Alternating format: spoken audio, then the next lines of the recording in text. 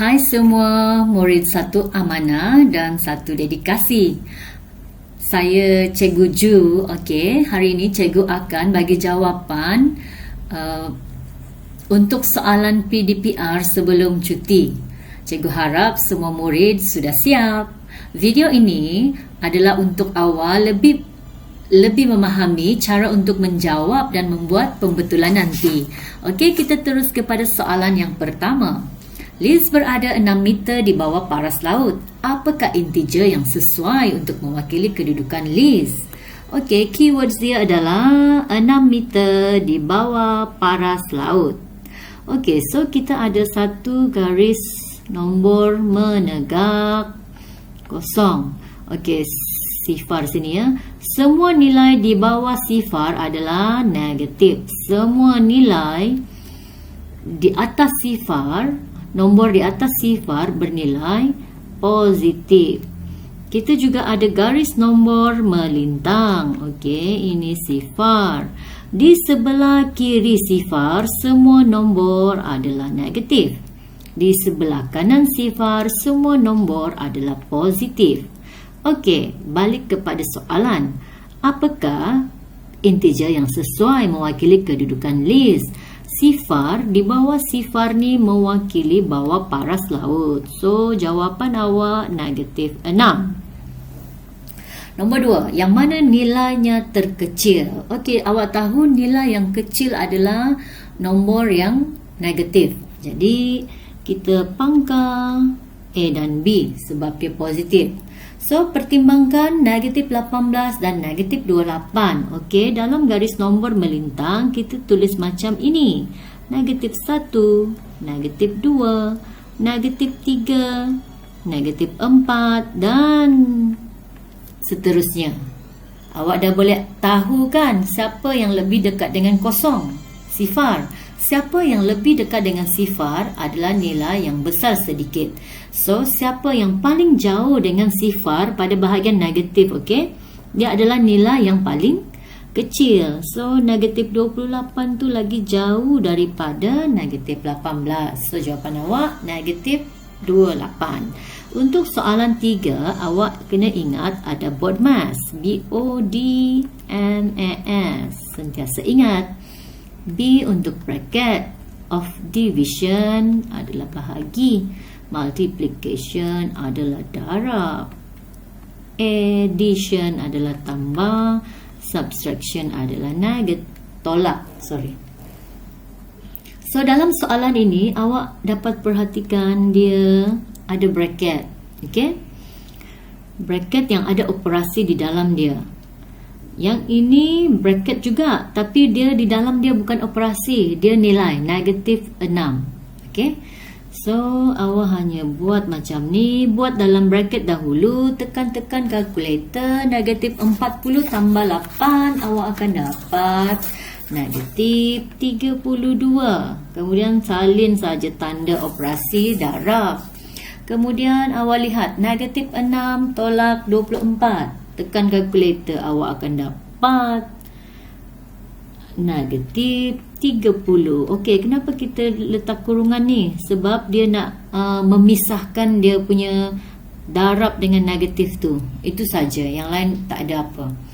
Okey, so tinggal satu operasi saja, darab. So, darabkan saja. So, awak akan dapat negatif 32 darab dengan negatif 30 dapat 960.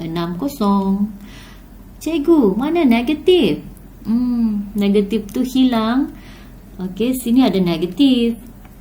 Negatif kan? So, negatif darab dengan negatif. Negatif darab negatif, awak dapat positif. Positif darab positif, awak dapat negatif. Negatif positif, awak dapat ini positif, ya. Awak dapat negatif. Positif, negatif, awak dapat negatif. So, macam mana nak ingat? Okey, lihat tanda dia. Kalau dia sama tanda, ni negatif, negatif, positif. Kalau sama tanda, dia positif. Kalau berlainan tanda, dia negatif. So, dari situlah awak punya ni negatif, negatif. Darab kan? dapat positif. Jawapan awak A, 960. Okey, nombor 4. Senaraikan semua faktor bagi 39. Okey, faktor bagi 39. Nak senang, awak ambil 39, bahagikan dengan nombor yang ada di sini. Okay, contoh kita buat A dulu. 39 bahagi 1 dapat 39. 39 bahagi 3 dapat 13. Kemudian 39 bahagi 29 dapat, okey, tekan kalkulator. 39 bahagi 29 dapat perpuluhan kan? 1.34, ada panjang. Okey. So, dia punya formula dia adalah, awak kena ingat, kalau dia dibahagi dan hasil dia nombor bulat atau tiada perpuluhan, bermaksud nombor itu faktor bagi 39. Kalau 39 dibahagi dengan suatu nombor dan menghasilkan nombor perpuluhan, maka dia bukan faktor bagi 39. So, awak teruskan menjawab.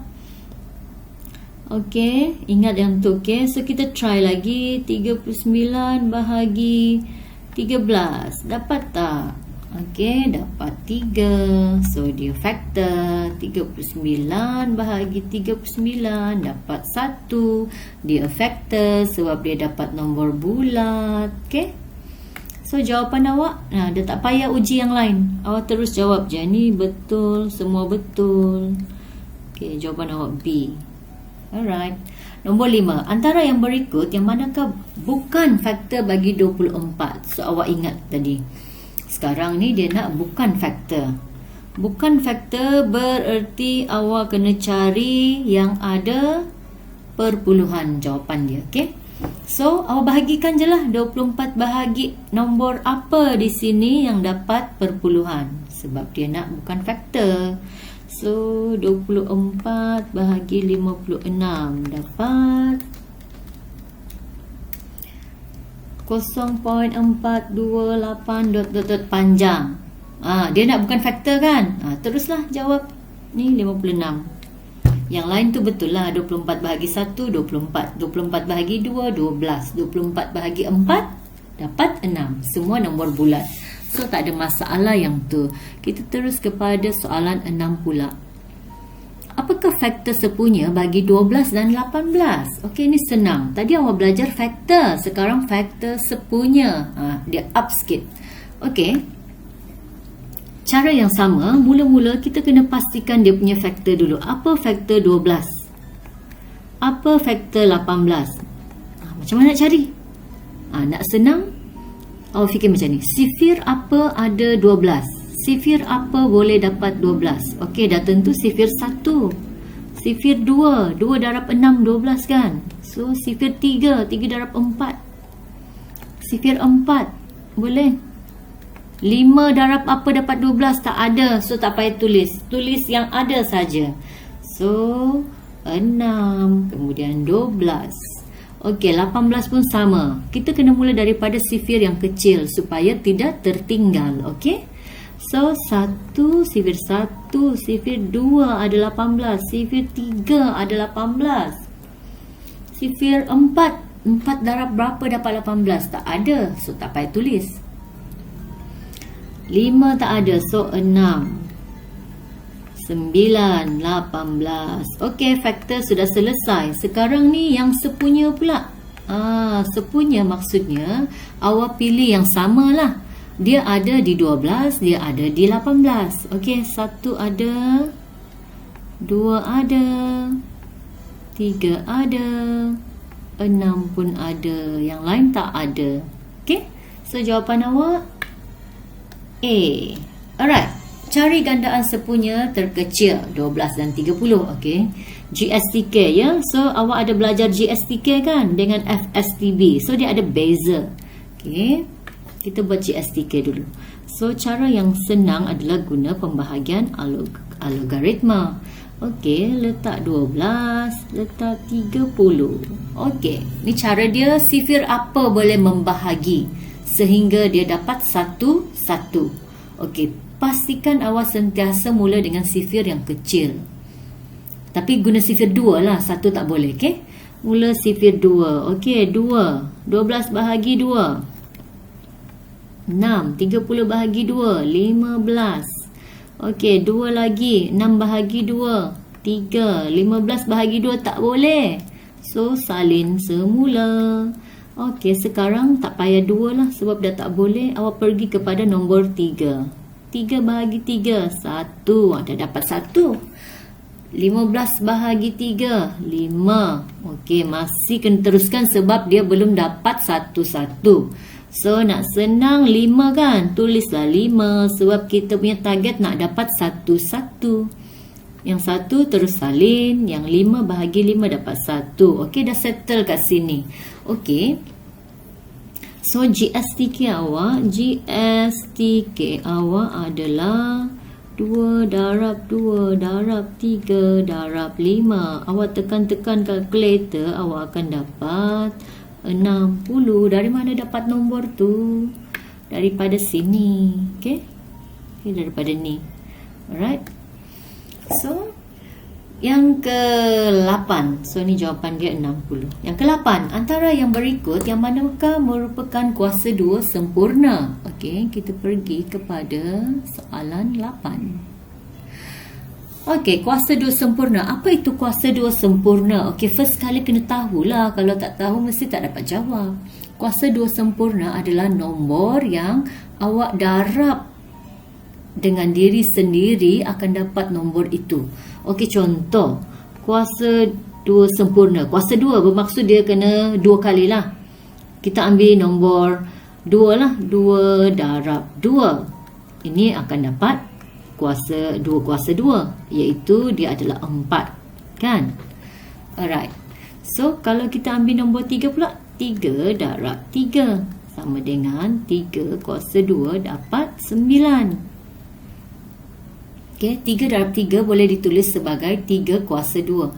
3 kuasa 2 adalah 9. Alright, so yang mana satu kuasa 2 sempurna? Yang mana satu? 2 ke, 3 ke, 4 ke, 9? Okay. Kuasa 2 sempurna tu ialah yang berada di sini. Suatu nombor bulat. Okay? Dia mesti nombor bulat. Kalau bukan nombor bulat, bukanlah.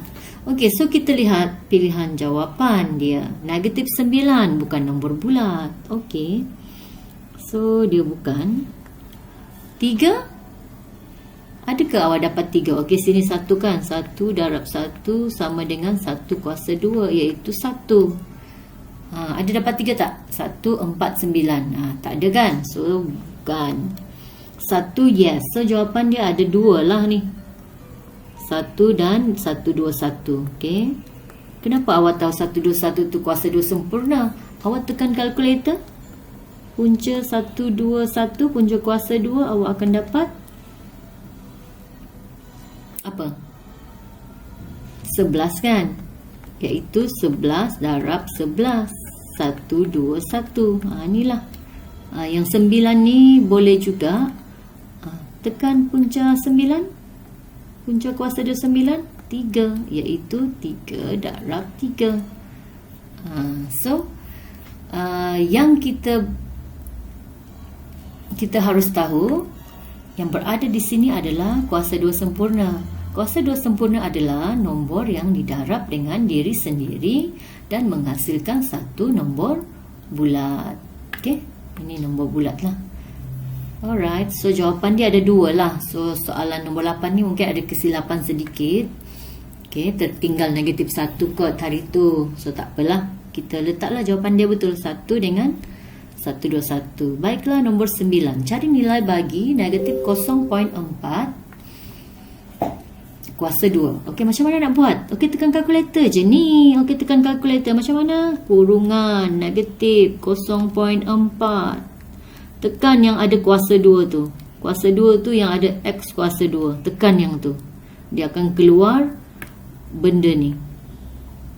So, dia sebenarnya, kalau kita tulis, dia sebenarnya negatif 0.4 darab dengan negatif 0.4. Kalau kita tulislah jalan kerja dia. So awak akan dapat 0.16.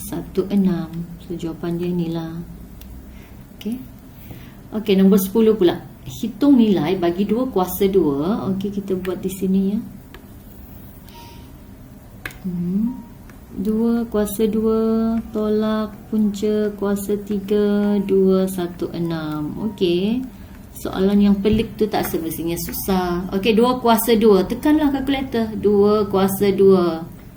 Ni 4 kan? Okey, 4 tulis. Punca kuasa 3. Macam mana cari punca kuasa 3? Punca kuasa 3 tu untuk Casio ya. Awak tekan shift. Lepas tu awak cari yang ada bentuk macam ni. Dia warna kuning. Okey, shift kuning kan? So dia pun kena cari yang kuning. So tekan dan tulis 216. Awak akan dapat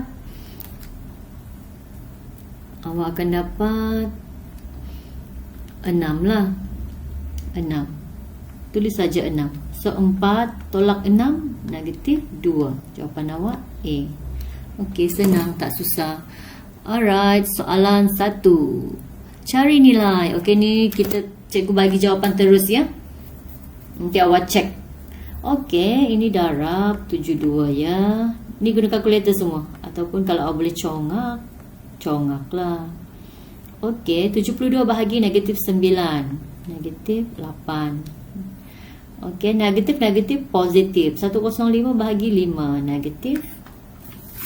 Sudah hilang. So awak dapat 21. Senang je. Okey, cari nilai bagi 4 kuasa 3. 4 kuasa 3 maksudnya 4 dia macam ni. 4 darab 4 darab 4. Atau kalau awak ada kalkulator, tekan je lah 4. Cari yang ada X kuasa 3 tu. Okey, kalau Casio, dia kena tekan shift. Lepas tu cari X kuasa 3. Awak akan dapat 4 kuasa 3. Awak akan dapat berapa? Awak akan dapat 64. Okey, 15 kuasa 2. 15 kali 15. Awak akan dapat 225. Alright, kita pergi cepat saja. Soalan 2. Raja di bawah menunjukkan satu garis nombor. Okey, kena baca garis nombor dia. M, T, M. Okey, kosong di situ. Okey, awak lihat kosong. Kena cari kosong lah. Okey, bila awak dapat kosong, lagi mudah. Okey. So, perhatikan. Dan cari nombor yang ada nilai. Daripada kosong pergi ke tempat yang ada nilai. Okey, yang lebih dekat lah kita pilih. Okey, 0.4. Maksudnya dia ada 2 kali lompat kan? 1 bahagian 2 bahagian dapat 0.4. Dia macam 1 orang 2 orang. Kalau 2 orang 0.4. 2 orang 40 sen. 1 orang berapa sen? Lagi senang kan? Cakap pasal duit. Okey, bermaksud seorang dapat 20 sen lah. Sama juga dengan ni. Dia macam ni. 0.4 bahagi 2 bahagian. Dapatlah 0.2. So, N adalah 0.2. Okey, kenapa kita mula N dulu bukan M? Boleh je, mana-mana boleh. Tapi sekarang ni awak dah tahu satu lompatan ataupun satu bahagian ni 0.2. Okey, setiap 0.2 bila dia lompat lagi satu dia akan tambah 0.2. Okey, so M pula. Macam mana dapat M? Okey, ni berapa kali lompat? 1, 2. Okey, sama dengan ni. So dia adalah 0.4 juga. Cuma dia berada di sebelah kiri sifar. So dia negatif 0.4. Senang je. Okey, apa pula? T. Okey, satu kali lompat kena tambah berapa? Tambah ni lah. Kan satu lompatan 0.2. So 0.4 tambah 0.2 dapatlah 0.6. Okey. Senang je. Okey, nombor 2B. Paras air dalam sebuah tangki turun sebanyak 42 cm dalam masa 6 minit. Cari perubahan paras air dalam masa 1 minit. Okey, ni cikgu nak bagi yang senang lah ni cara dia, okey. So, dia ada cm, dia ada minit. Buat macam ni lah senang. Cm minit. Ini kadaran. Okay. So 42 cm bersamaan 6 minit. Cari paras air dalam masa 1 minit. Jadi kalau 1 minit berapa cm? Ni senang. Awak guna darab silang je. So ini macam ni. Kena darab silang. 1 darab 42 bahagi yang ni. Bahagi 6. Cikgu tulis sini. Ini darab. Ini bahagi. Ini formula dia. So tulislah kat sini. Perubahan paras air adalah 1 minit darab dengan 42 cm bahagi 6. 42 bahagi 6 iaitu 7 cm. Dah siap. Bermaksud kalau 1 minit air turun 7 cm. Lagi lama dia punya masa berjalan, lagi banyak cm turun, lagi banyak penurunan lah. Okey, 2C pula. Dalam satu kuis, seorang peserta menjawab 7 soalan betul, 3 soalan salah. Dia diberi 10 markah bagi setiap jawapan yang betul dan negatif 2 markah bagi jawapan yang salah. Cari jumlah markah. Okey, untuk ini, dia memang soalan dia tricky sikit. Untuk soalan ini, awak kena ikut je dia punya ayat tu, okey? Jangan buat ayat lain, ikut ayat soalan tu. Okey, so awak letaklah sini 7 betul. Ini untuk awak faham lah, tak payah baca panjang kan. 7 betul, 3 salah. Kalau betul 10 markah. Tulis macam ni. Kalau salah, tolak 2. Ikut soalan ni. Okey, so cari jumlah markah. Tulis je lah jumlah markah.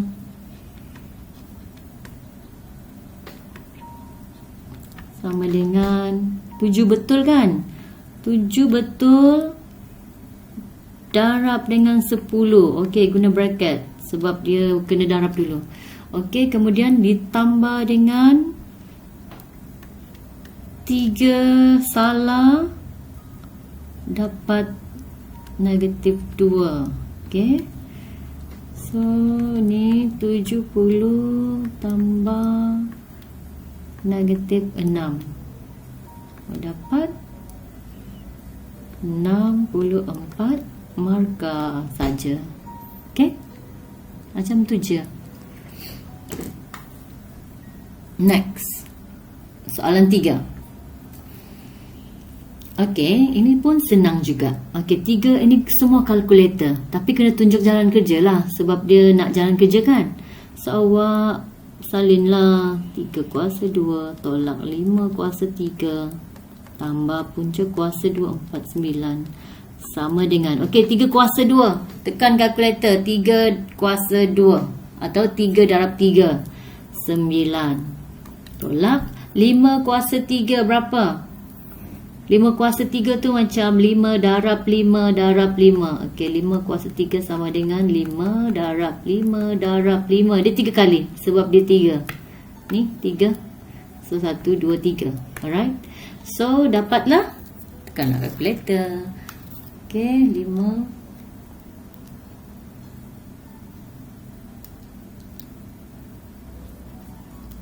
5 kuasa 3. 125 tambah punca kuasa 2, 49. Okey, tekan yang punca kuasa 2 ni. Yang ni punca kuasa 2. Terus tulis 49. Dapat apa? Kalkulator.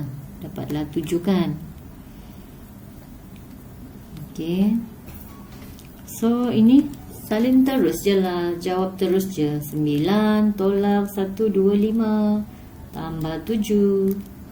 Dapatlah negatif 109. Alright. So, B pula.